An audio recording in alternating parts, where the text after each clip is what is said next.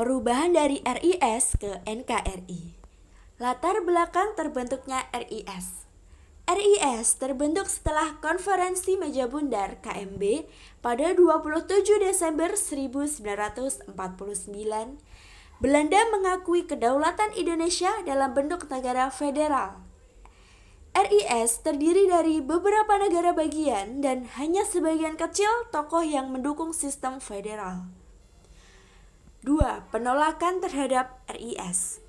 Rakyat di berbagai daerah menolak sistem federal dan menginginkan negara kesatuan. Terjadi demokrasi di banyak wilayah seperti Bandung dan Makassar. Muncul pemberontakan seperti Republik Maluku Selatan (RMS) yang menolak NKRI. 3. Proses perubahan dari RIS ke NKRI. Dukungan rakyat semakin kuat terhadap negara kesatuan.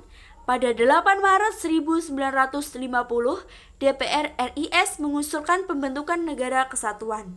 Negara-negara bagian mulai membubarkan diri dan bergabung ke RI seperti negara Jawa Timur, negara Pasundan, negara Sumatera Timur, negara Kalimantan Timur, dan negara Indonesia Timur. 4. Pembentukan UUDS 1950. Panitia dipimpin oleh Dr. Mr. Supomo menyusun UUD Sumentara UUDS 1950.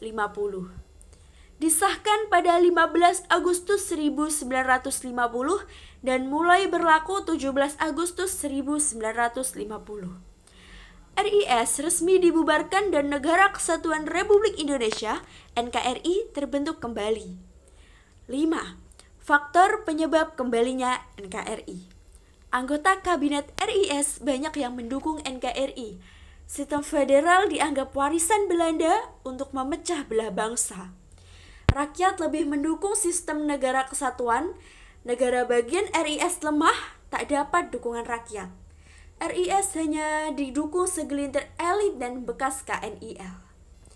Kesimpulan, perubahan dari RIS ke NKRI adalah hasil dari tekanan rakyat, diplomasi, dan penolakan terhadap sistem federal yang dianggap sebagai warisan penjajahan Belanda. Perubahan ini diresmikan pada 17 Agustus 1950 dengan berdirinya kembali Negara Kesatuan Republik Indonesia.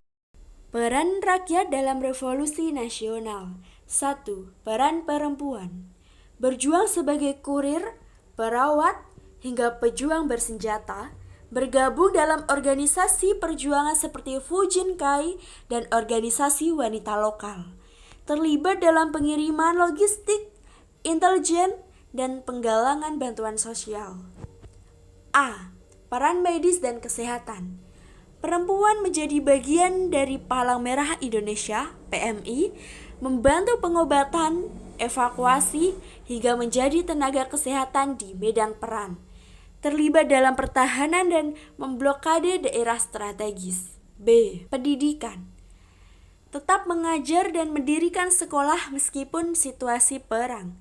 Mendidik generasi muda agar tetap semangat dan tidak kehilangan arah perjuangan. Contoh, pendirian Yayasan Pendidikan Bangsa pada November 1945. C. Dapur umum dan logistik. Membantu menyediakan makanan dan tempat tinggal bagi tentara dan pengungsi. Dapur umum dijalankan oleh istri pejuang dan pemuda di garis belakang. 2. Peran seniman dan sastrawan. Seniman membangkitkan semangat rakyat lewat lukisan, teater, puisi, dan musik. Contoh tokoh S. Sujojono, Avandi, Dullah, dan Hendra Gunawan. Contoh perjuangan seperti drama Semarang, Awan Berarak. Cerpen berjudul Mutiara dari Nusa Laut, karya Usmar Ismail, Sri Murtono, Jayakusumo. 3. Peran pelajar dan mahasiswa. Pelajar dan mahasiswa aktif membentuk organisasi perjuangan. Contoh, Ikatan Pelajar Indonesia, Barisan Pelajar Indonesia. Berperan sebagai kurir, tentara pelajar, hingga intelijen. Lagu dan puisi perjuangan membakar semangat rakyat, seperti lagu Halo Halo Bandung dan Bagimu Negeri.